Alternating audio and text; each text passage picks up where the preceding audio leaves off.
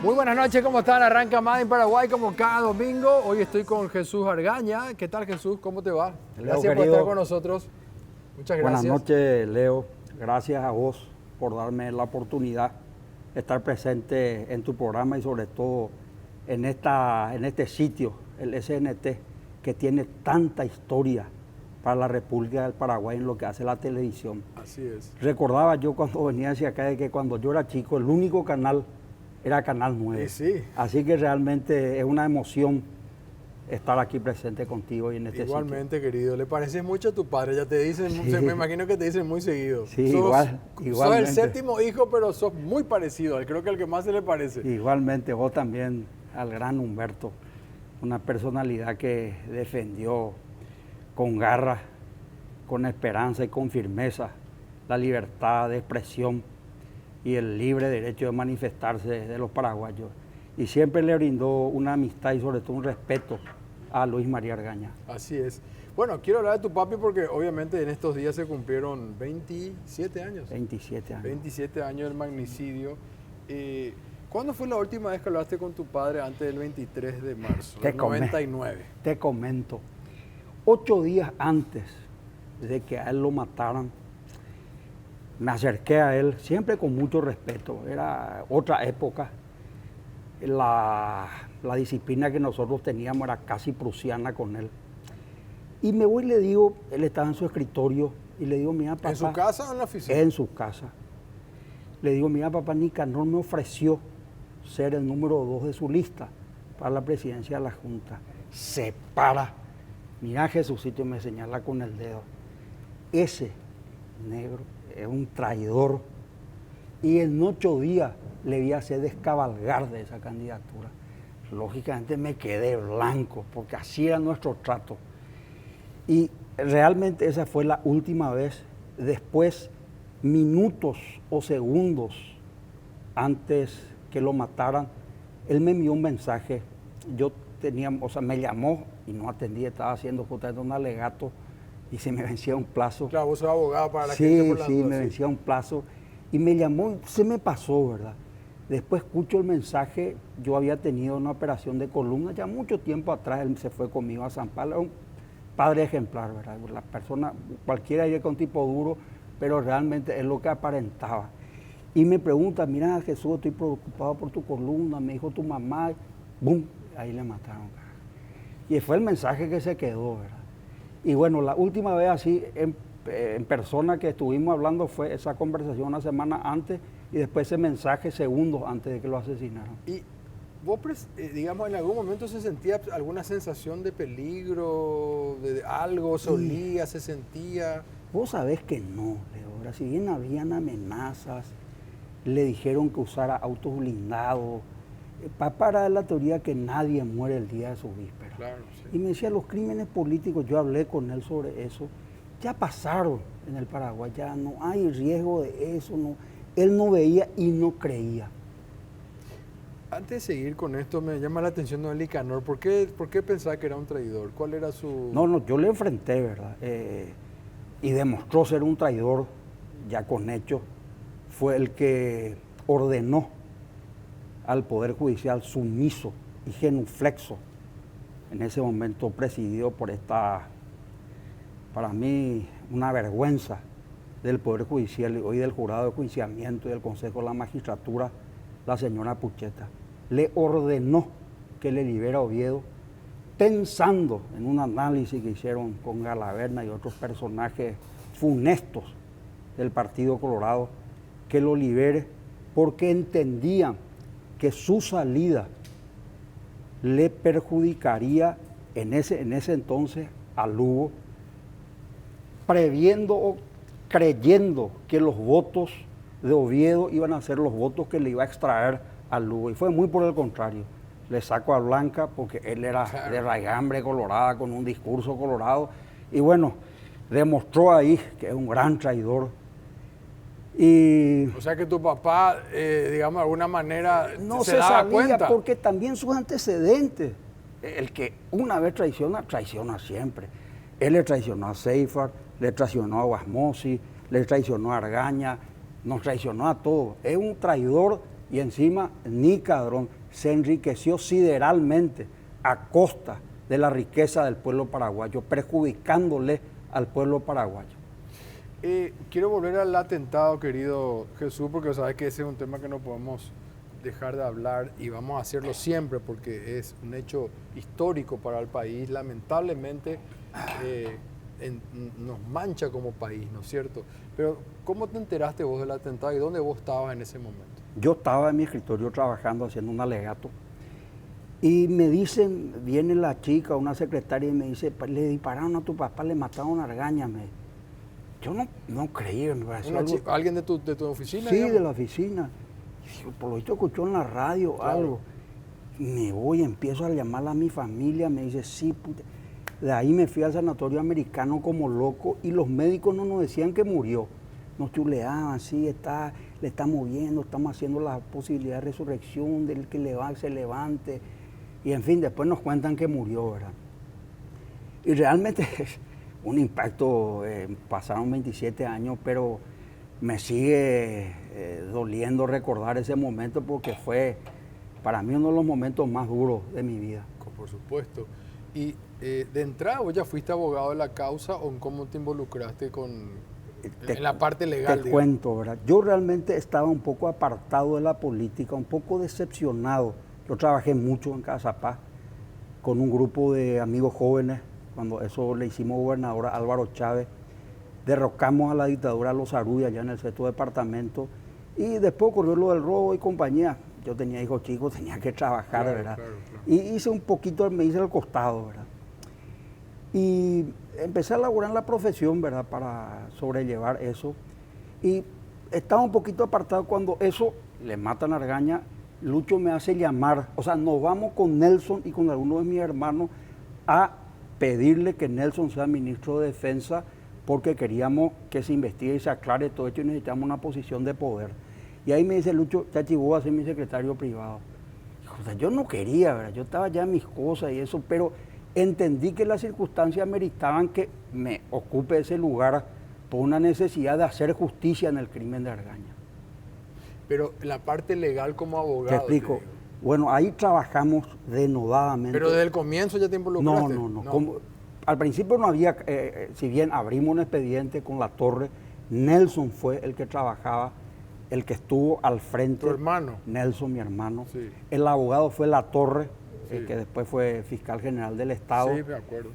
Y se hizo un trabajo, yo creo que excelente, porque no era fácil.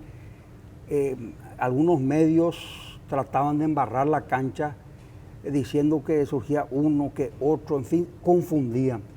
Pero realmente gracias a esa perseverancia de Nelson, que como un perro bulldog no suelta la presa, él consiguió el cruzamiento de llamada. Con eso se aclaró prácticamente los autores materiales. Después las evidencias fueron surgiendo, como por ejemplo de que Moyoli llamó a la elección a la vicepresidencia antes que Argaña sepan que estaban muertos. Nosotros no sabíamos que estaban muertos. Y evidentemente el plan de ellos era llamar a elecciones, que sea electo este señor Oviedo, y posteriormente lo haría renunciar a Cuba y sería el presidente de la República. Y después fueron surgiendo millones de elementos más. ¿Vos pensás que Moyoli también estaba involucrado de alguna manera o sí, fue funcional nomás a una orden? No funcional nomás, no en el crimen. En el crimen claro, estuvo Galeano. una orden, por decir. Claro. Y si bien yo estoy seguro que el que bajó, y tenemos los elementos probatorios en el expediente, el que bajó la bandera fue el que sabemos, el petulante con ínfula de Julio César, que nunca respetó el Estado de Derecho ni las instituciones republicanas del país, ¿verdad? Y si bien nosotros llegamos, ya yo después, una vez que salí realmente, porque yo le enfrenté a Nicadrón, no le dejaba pasar por mi oficina, y llegó un momento que ya era el presidente del partido cuando eso, y llegó un momento que ya era muy difícil todo, y me voy y le digo a Lucho, mira, presidente, yo ya te digo como amigo, ni siquiera como tu secretario, de que vos sos el presidente de la República, mandá, vos no dejes que te mande este personaje. Y me dice, mira, Jesucito, cuando Argaña fue presidente del partido, Él fue y se le respetó. Pero jamás Guamossi no le dio absolutamente nada a Argaña. Le persiguió hasta el último día y le traicionó con el tema de la candidatura de Facetti. Lucho, yo te digo esto y a partir de ahora yo presento mi renuncia. Yo no tengo nada que hacer acá. Y me retiré y a partir de ahí me dediqué al juicio que tuvo un montón de casos secundarios que se complicó. Después tuvimos una demanda de Woroniecki, demanda civil, en fin, hasta que llegamos al auto para sentencia para condenarlo a ya en tercera instancia. Y ahí, cuando ya estábamos atentos, ¿verdad?, que salga la sentencia, yo hablaba con Nelson estaba con Nicanor, yo ya la había enfrentado, y Nelson me decía, no va a salir la sentencia, quédate tranquilo, pero pasa demasiado tiempo, Nelson, ¿qué es lo que está pasando? Y ahí, boom, se produce el que la Libertad vio por supuestamente el indubio pro Borrego de que no había pruebas y había dudas al respecto. Por eso se le larga. Obviamente que, a ver si pueden hacer silencio en el estudio porque estoy escuchando ruido por todos lados, por favor, si me ayudan. Poco después del magnicidio empezó a correr una nefasta versión de que tu papá no había muerto, ¿verdad?, en el atentado, sino que un infarto con un amante. ¿Qué daño enorme se le hizo a la narrativa, a la familia? ¿Y cómo ustedes desmantelaron esto judicialmente, Jesús? No, realmente no se pudo desmantelar. Eso fue un ataque inmisericorde y cobarde de parte del diario Las Tres Letras, ¿verdad?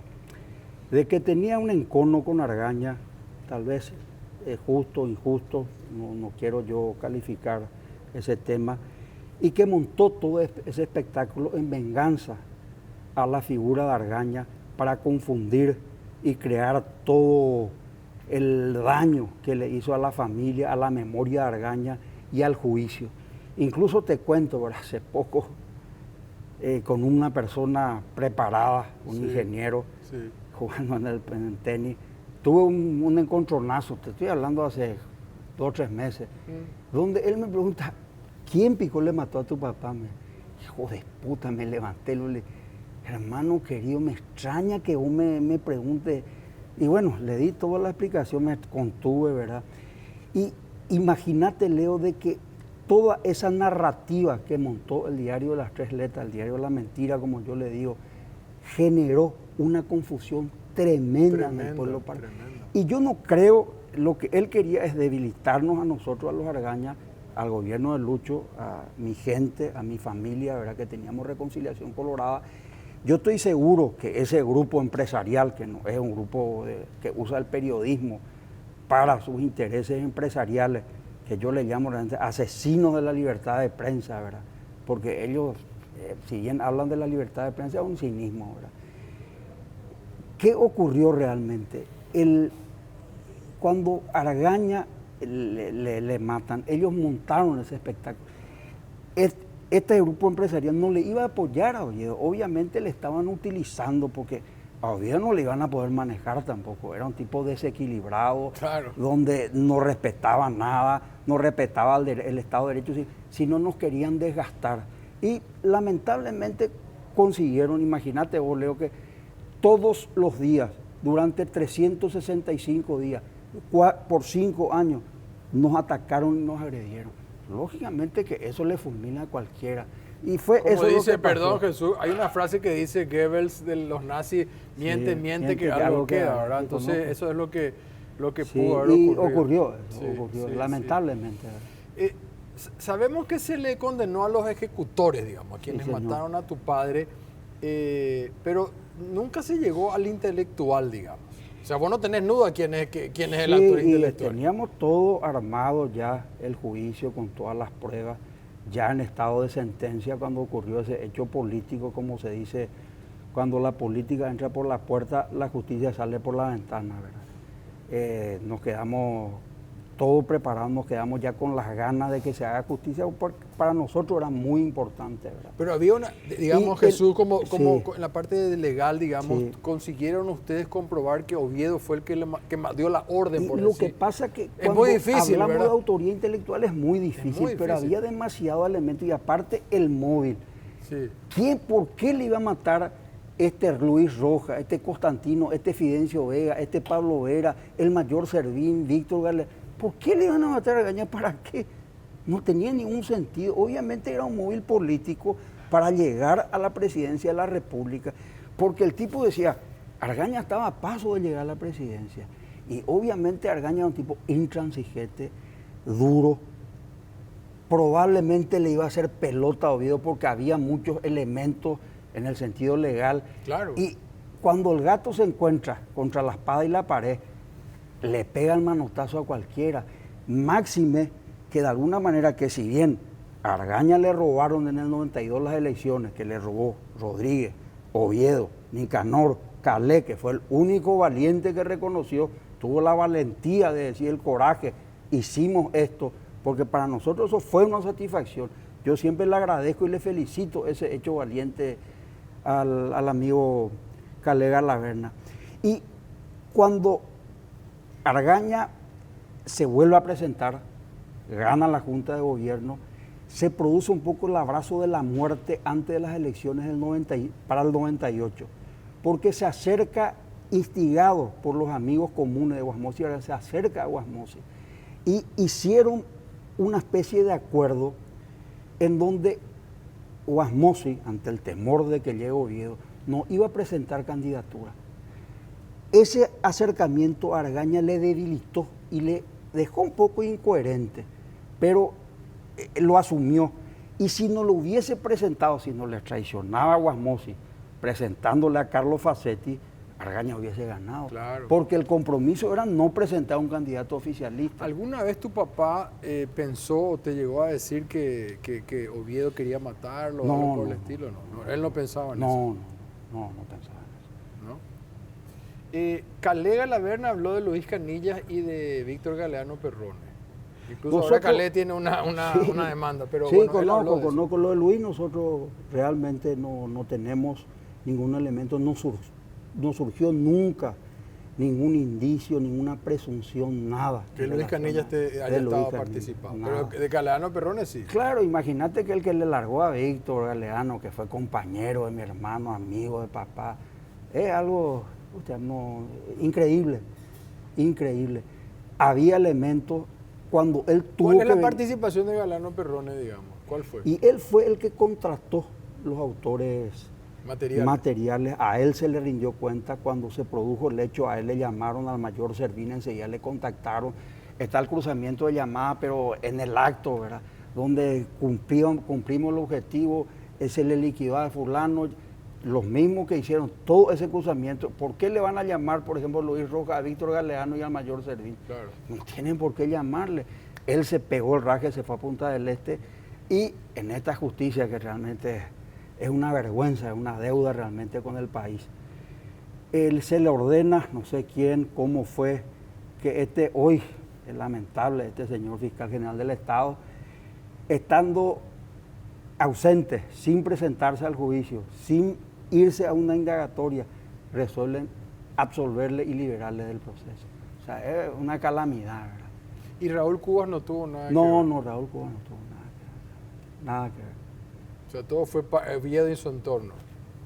Yo no sé si él supo o no supo, eso ya no sé, pero de que él haya participado, de ninguna manera. Nosotros no tenemos ningún elemento probatorio, como tampoco nosotros pensamos Papalardo, nada, Boroniecki, nada, tal así que le digamos una demanda después tremenda de Boroniecki contra mamá. Y bueno, esa fue lo que arrojó toda la investigación que se hizo. Permitimos una pausa, sí, querido Jesús. Obvio. Una brevísima pausa y ya volvemos. Obvio. Seguimos con Jesús Argaña, el séptimo hijo del doctor Luis María Argaña. Jesús, te dicen Chachi, ¿verdad? Cariñosamente. Sí. Jesús, una vez mi papá, yo estando con él en el programa que él hacía en la televisión, que vos recordarás, claro, le hacen una nota a Félix, a tu hermano. Y Félix contaba justamente que tu papá era un hombre como enchapado a la antigua, digamos, como vos estabas diciendo, medio prusiano, lo que no quita que haya sido un gran padre, por supuesto, sino que eran otras costumbres, digamos. Y él llegó a decir que la primera vez que logró darle un beso y abrazarle a tu papá ya fue en la camilla. Vos sabés que fue para mí escuchar eso, digamos, fue bastante impactante, digamos, ¿no? ¿Cómo era tu papá, digamos? ¿Sentiste que ese rigor formaba de alguna manera una manera de prepararlos a ustedes para lo que se vendría? ¿O cómo era tu papá en ese sentido? Papá era una persona extremadamente buena, de un corazón demasiado noble y se preocupaba por nosotros, mataba por nosotros. Pero él con los hombres mantenía la distancia, nos dejaba que nos acerquemos, que le toquemos, que le besemos, obviamente que no. Pero con las mujeres, con Pacholí y con Beta, súper cariñoso. Era un poquitito la cultura del momento, claro, de que el hombre ahí, bien alejado, que no tenía que acercarse, con las mujeres muy cariñoso, con mamá muy cariñoso. Le tenía un trato recontra afectuoso a mamá, le trataba con un cariño increíble, extraordinario, le trataba recontra bien a mamá. Y realmente eso a nosotros los hijos, oye, vos ves que a tu mamá le trata bien tu papá y está feliz, ¿verdad? Por supuesto. O sea, siempre fue una persona extremadamente bondadosa. Bueno, ya sabemos todo que Argaña ganó en 1992, digamos, eso no hay ninguna duda. Hay también otra anécdota con tu papá, porque nosotros hacíamos la boca, no sé si vos te acordás. Sí, claro. Y tu papá pensó, no sé por qué, que nosotros íbamos a decir que ganaba Guasmosi. Y puso creo que puso un recurso de amparo que no corrió. Y después él fue el primero, yo me acuerdo demasiado bien porque a mí me tocó hacer esa boca yo trabajé en esa parte y me acuerdo que él entró al estudio grande donde yo estaba con la computadora y bueno, y después cuando él anuncia el triunfo dice, la boca una Ñandutí nos dio ganador, ¿verdad? O sea, no me puedo dejar olvidar de eso, pero dijiste algo de Calé, ¿verdad? Calé fue un tipo que operó para que tu papá pierda, aunque después confesó, digamos, ¿verdad? Y yo creo que eso le hace grande, ¿verdad? Porque imagínate, Leo, que muchos participaron, fueron protagonistas de ese hecho lamentable contra la democracia y las instituciones republicanas, que costó revertir, ¿verdad? Le hizo un daño tremendo y probablemente hasta hoy sigue teniendo su impacto, ¿verdad? Sí. Porque yo sostengo que de alguna manera, con ese robo que se le hizo a Argaña, se trazó el rumbo que le llevaría al asesinato, a que se lo asesine. Porque le roban a Argaña. Si Argaña hubiese llegado, ¿quiénes le roban? Ya dijimos. Él ganó, pero le sacan la posibilidad de acceder al poder y llevar hacia mejores horizontes a la República. Yo creo que él estaba preparado, era una persona con carácter y que la honestidad era su norte. Él vuelve a intentar, gana las internas, le gana a Seifert por lejos. Y imagínate que se junta con este Guasmosi, que yo creo que se produce el abrazo de la muerte. Oviedo se consolida con su mismo discurso, un discurso en contra del gobierno neoliberal y corrupto que decompuso tanto banco y en fin, que dañó tanto la economía del Paraguay. Con esa bandera Oviedo se hace fuerte. Y ese mismo grupo que también había participado Oviedo para robar la Argaña, de alguna manera busca la forma de sacarle a Oviedo de la cancha. No sé si es legal o ilegal, pero ya le dejaron correr. ¿Por qué si el abrazo de la muerte? Con Guasmosi, digamos. Claro, si papá no se hubiese acercado a Guasmosi, ganaba las elecciones. Porque él le quitó discurso. ¿Verdad? Yo trabajé mucho en Casapato, ahí ganamos lejos, pero costaba explicar ese hecho. ¿Verdad? No sé cómo Argaña, que era un tipo que es muy difícil de convencerle. ¿Pero por qué le pone el calificativo o el adjetivo de la muerte, digamos? Y porque yo creo que todo eso, si Argaña hubiese ganado la elección, no lo hubiese matado. Argaña perdió por ese hecho. Y a Oviedo de alguna forma le sacan de la cancha. ¿Y quiénes le sacan? Los mismos, estos Guasmosi, el Nicandrón, lo que le robaron a Argaña, que pues de alguna manera siguen teniendo poder. Le sacan a Oviedo se queda con la sangre en los ojos. Y la puta, yo de alguna manera gané esas elecciones, me truncaron, ¿y a quién le liquida? Le liquida a Argaña. Entonces, de ahí, de ese robo del 92, se marca el derrotero de muerte de Argaña, que se ratifica con el abrazo de Guasmosi. Ese mismo equipo le llegó a la muerte a Argaña.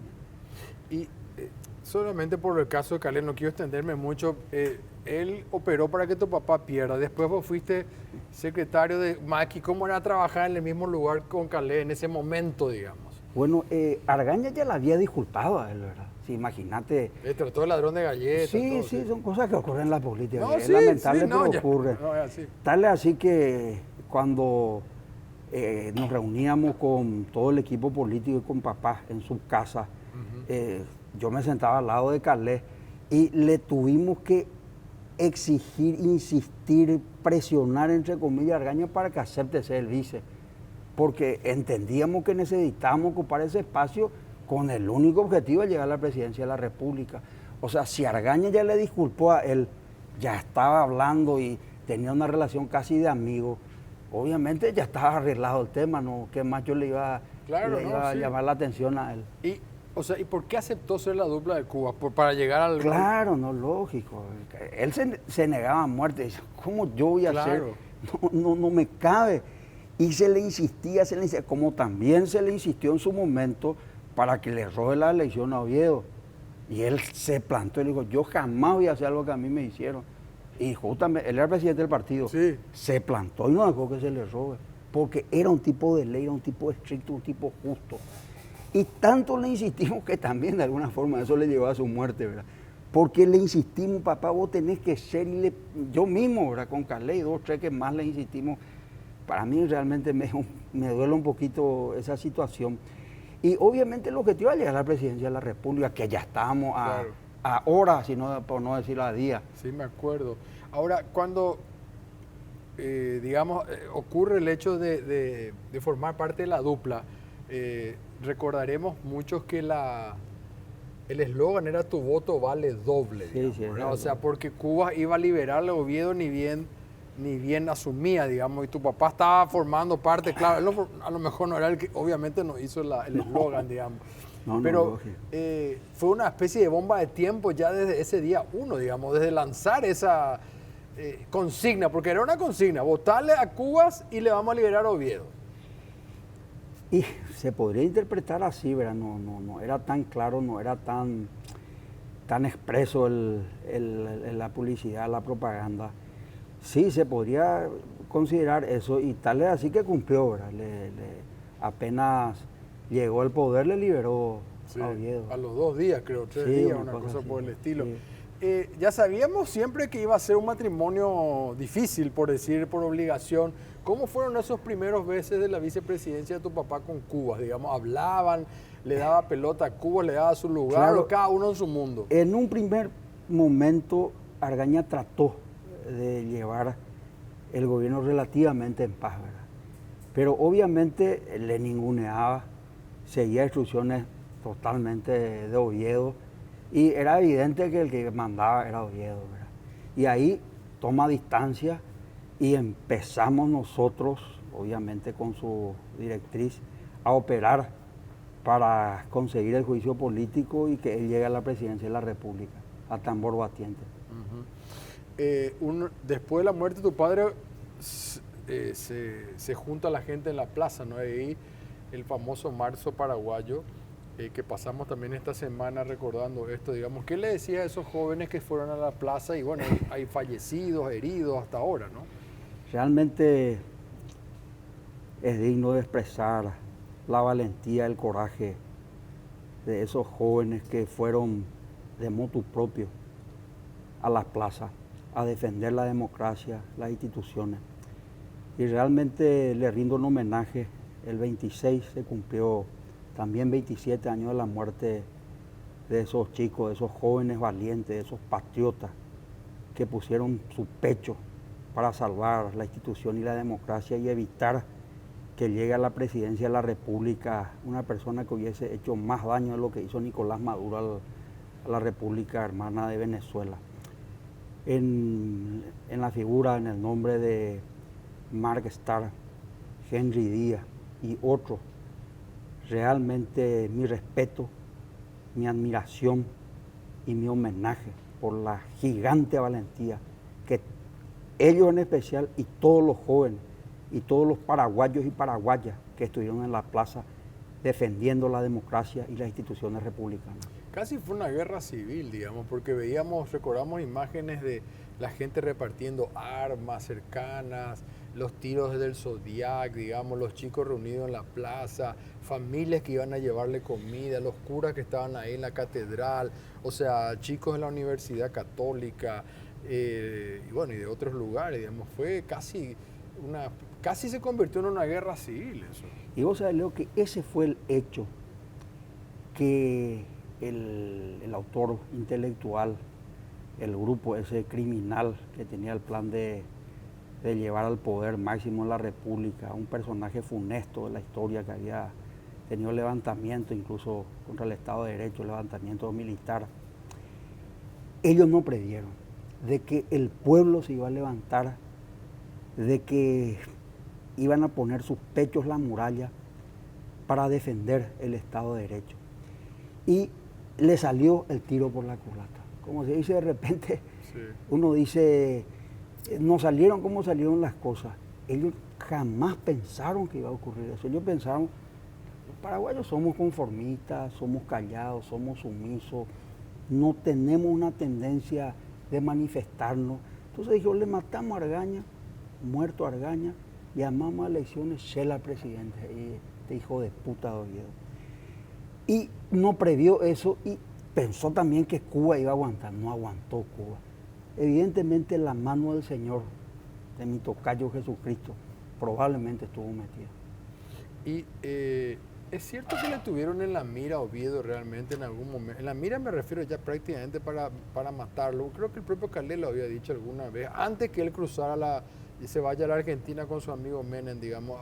¿Hubo un momento o no pasó realmente eso? El que manejó y consiguió el objetivo de los autores materiales, del apresamiento de Oviedo, fue Nelson Argaña, que es un tipo valiente.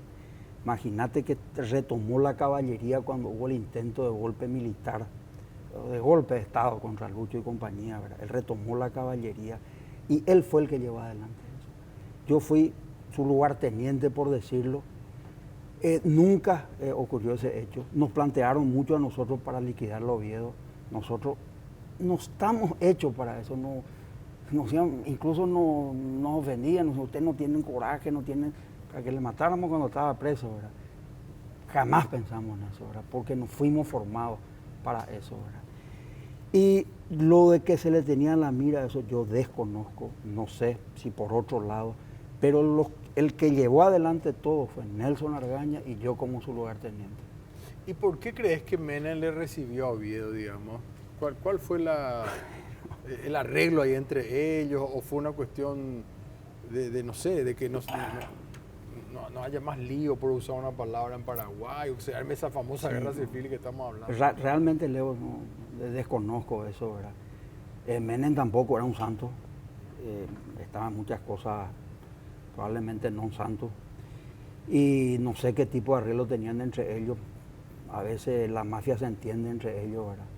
Pero realmente no tengo una teoría así clara al respecto. ¿Te parece que hagamos una pausa? Sí, una brevísima pausa nosotros y ya volvemos hablando con Jesús Argaña. Te quiero traer un ratito, Jesús, a temas más actuales, digamos. ¿Cómo ves Asunción, digamos, la futura campaña electoral, la intendencia? Porque no podemos negar que hubo una debacle con el hecho, digamos. Sí, eso es innegable, lastimosamente. Si bien yo creo que fue la debacle y la mala administración ya viene de mucho antes, con él le reventó en la mano, seguramente también por su inexperiencia, su malos manejos, ¿verdad?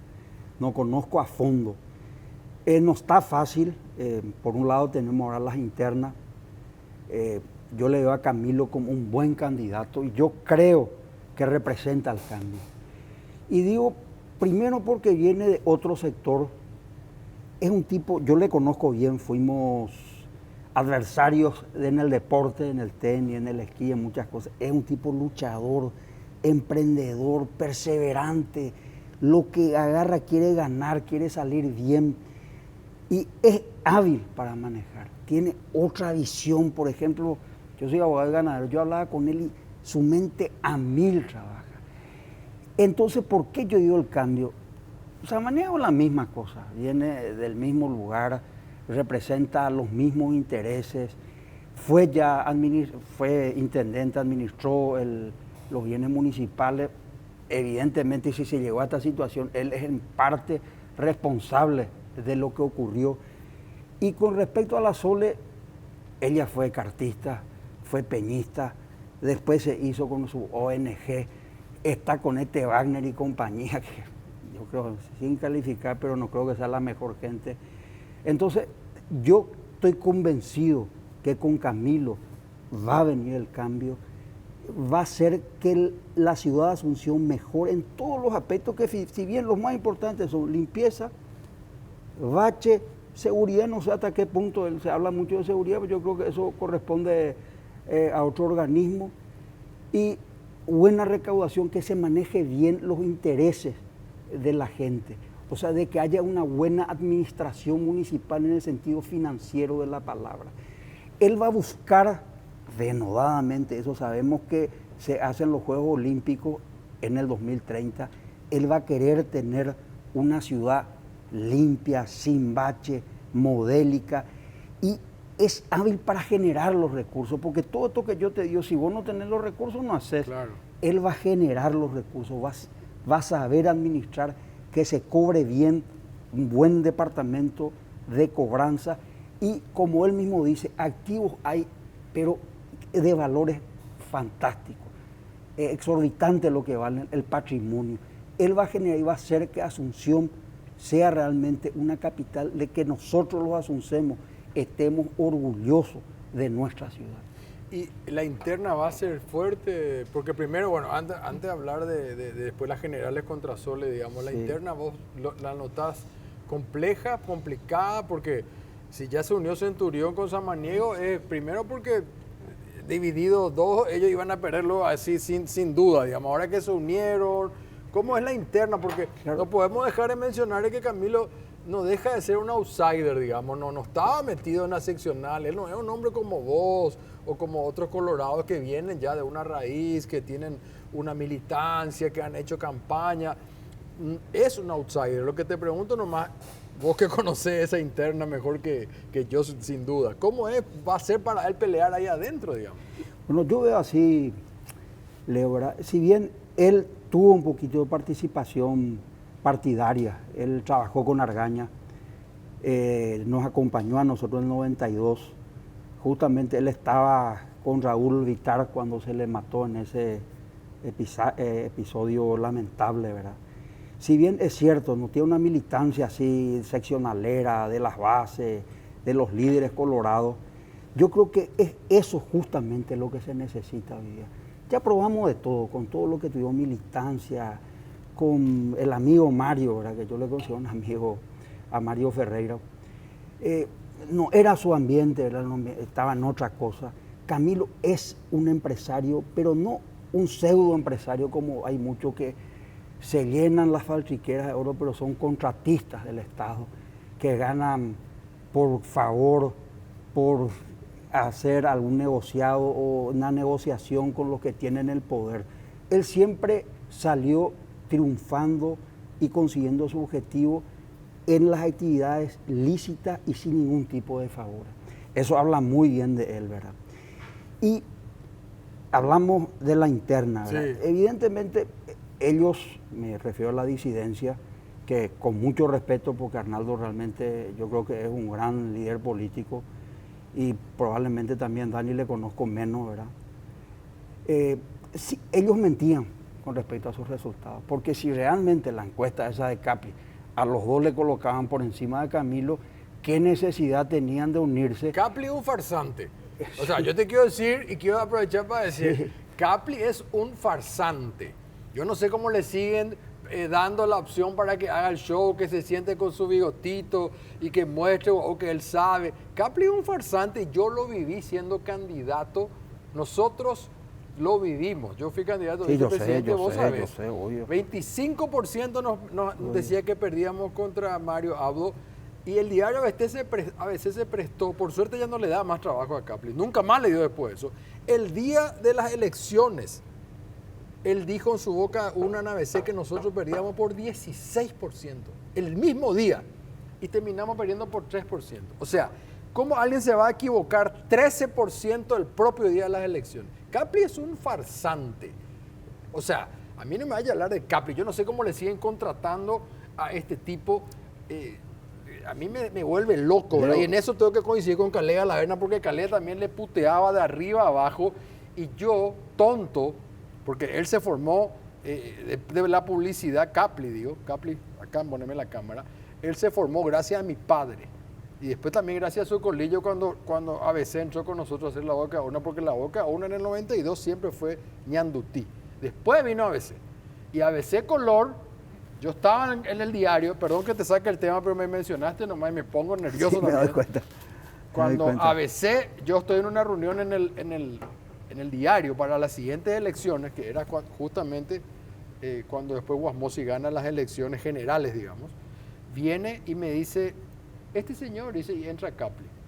Y le manda el acero su colillo.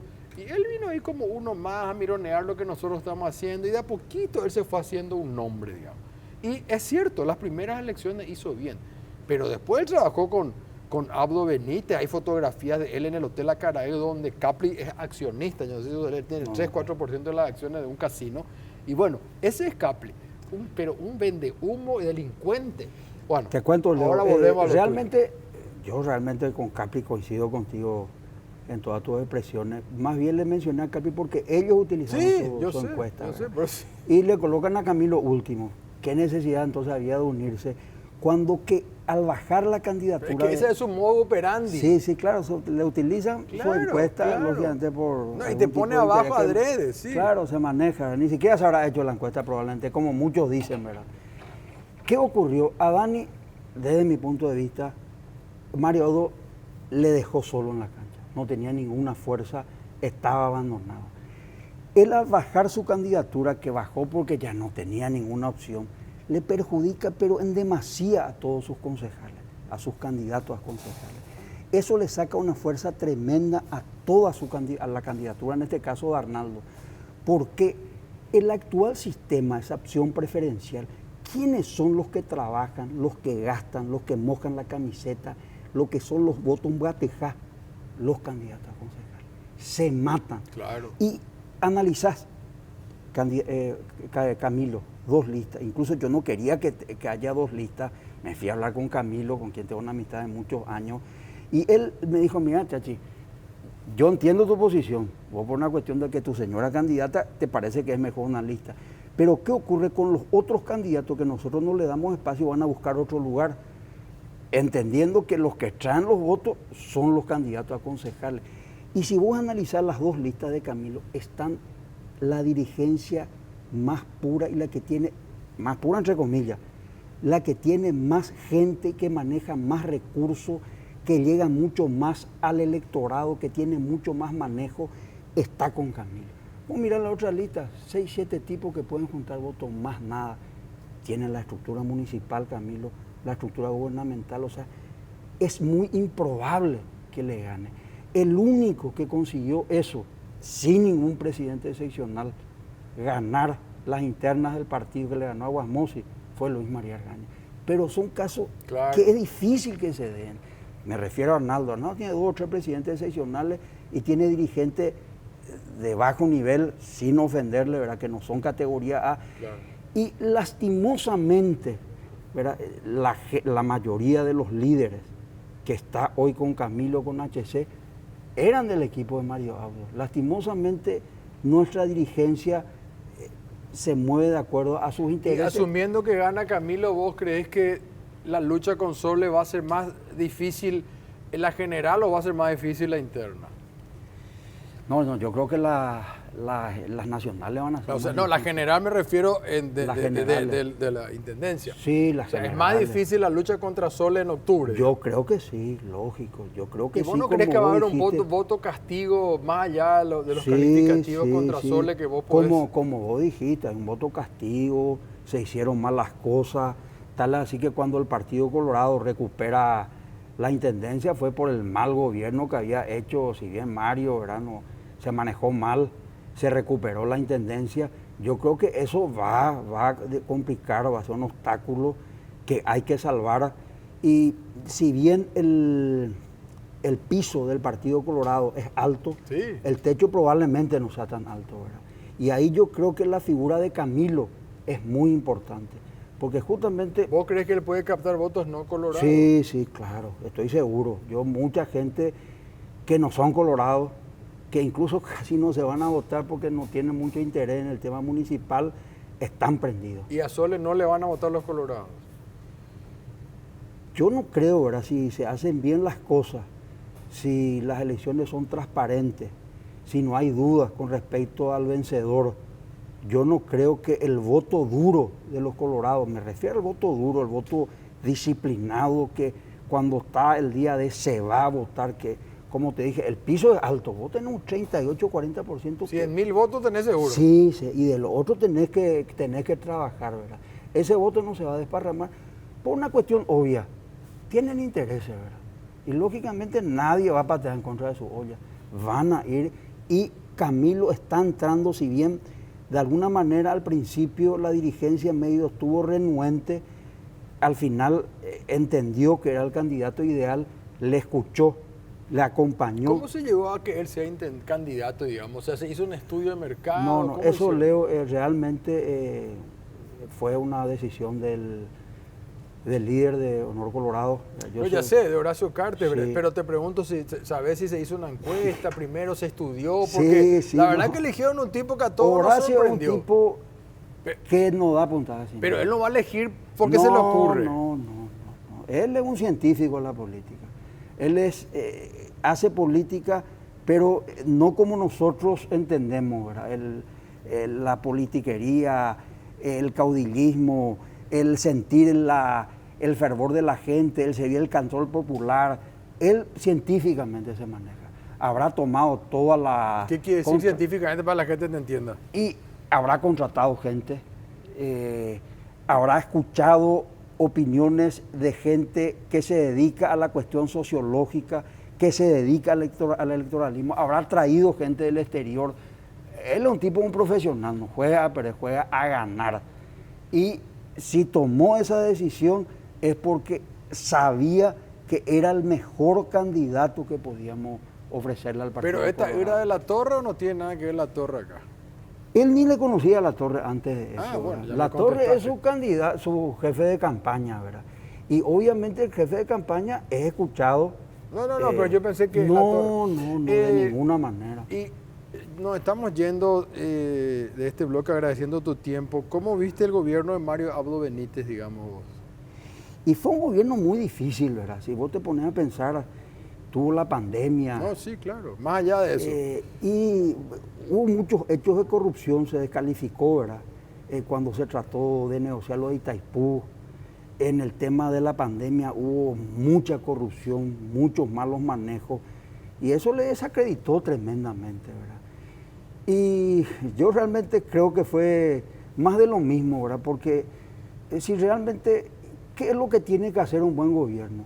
Buena salud, que la gente pueda acceder a la salud, que haya buena educación y seguridad. En todito eso, todito aplazado. Que no es que él creó el problema ya viene antes. Y mientras eso no se solucione, todos los gobiernos que pasaron fueron mediocres. Para el 28, ¿cómo ves la cosa, digamos? El crecimiento de un Prieto, Katia González, ¿crees que tienen un techo? ¿Pueden haber un Lugo 2.0? ¿Cómo lo ves vos? Y es difícil que surja un Lugo, ¿verdad?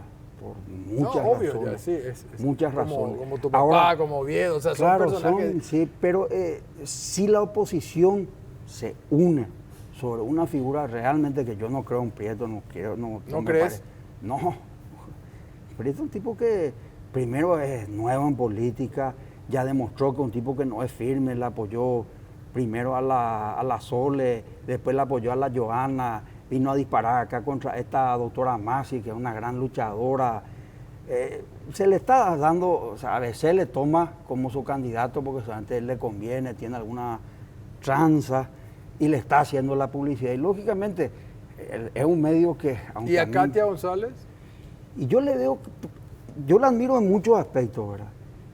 Y tampoco estoy de acuerdo que se lo haya sacado el Parlamento, me parece una injusticia tremenda. Yo creo que la persona que es electa no debería luego sacarse la investidura. Yo creo que esa es una atribución que no tiene que tener el Senado, si bien está en la Constitución Nacional, hay principios que son fundamentales, que están mucho antes y son mucho más importantes que esas disposiciones de esas funciones del Senado, pero le veo muy inestable en su carácter, un poquitito soberbia. Me parece que tiene que ser un poquitito más serena, más templada, y tampoco creo que tenga una penetración a nivel nacional, ¿verdad? No veo que ninguno de los dos le pueda hacer frente al Partido Colorado. ¿Aliana va a ser? Ni aunque Aliana me decís. Yo realmente, ojalá, ¿verdad? Ojalá, y realmente me gustaría, ¿verdad? Que él sea, pero hay mucha tela por cortar. Hablar de Aliana yo creo que hasta es una falta de respeto al gobierno actual de Santi, porque es totalmente prematuro, y a mí no me gustó lo que se hizo en esa convención que hicieron los HC. Yo te digo, yo soy Reconciliación Colorada siempre, donde se le pone en una situación incómoda a Pedro, como, no sé, como que es un taira, y yo creo que eso no está bien, ¿verdad? Yo creo que él tiene que tener su vuelo propio, tiene que demostrar que tiene las condiciones, pero con el tiempo. Ahora es el momento de procurar que este gobierno haga mejor las cosas. Jesús, gracias por tu tiempo. Gracias Muchísimas gracias por Leo. estar con nosotros. A vos.